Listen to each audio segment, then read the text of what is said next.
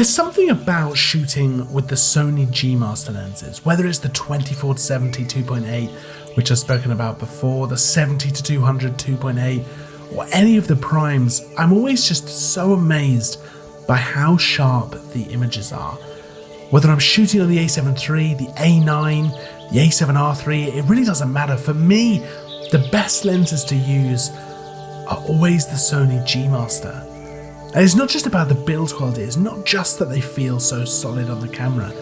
They feel more like an extension of the camera itself.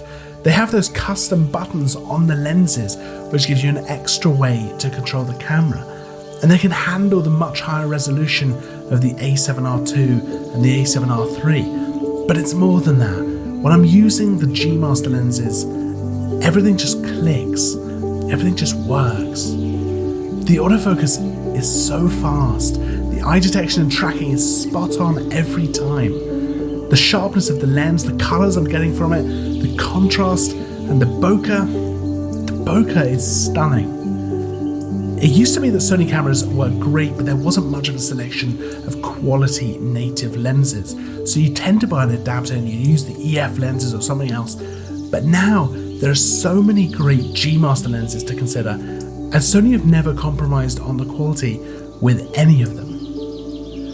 Now my go-to lens is the 24-70 2.8. I've spoken about it at length before, but it is ridiculously sharp, and it's the only lens I've been able to use and shoot a landscape at 2.8 and have it come out rich and sharp, and then shoot a portrait at 2.8 and have a lovely blurred background. Now I shoot video with it nearly every day. It is my absolute favourite lens. But I can say the same about lenses like the 70-200 2.8, which is equally impressive. Whether you're shooting portraits with it, wildlife, landscapes, it's also impressively sharp. The colours are nice and rich. And on the wider end of the zooms, you got the 16-35 2.8, completing that trio, that perfect trio of pro zoom lenses, and giving you that same incredible performance.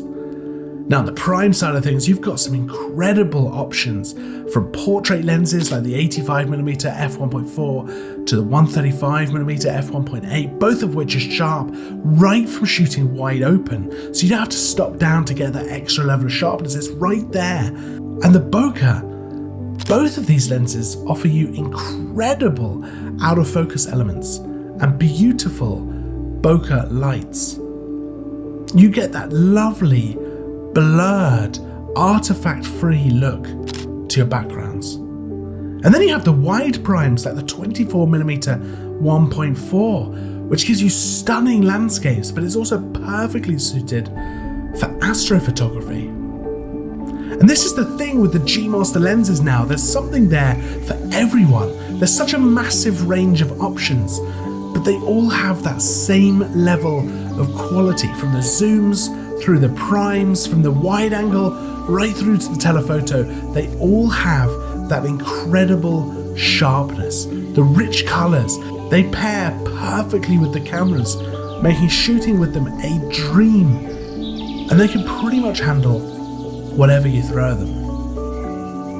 The G Master lenses are some of my favorite lenses to shoot with. As I mentioned before, they feel like an extension of the camera itself. And I know every time I take one out to shoot, I'm going to be able to capture exactly what I set out to create. And that's something you don't get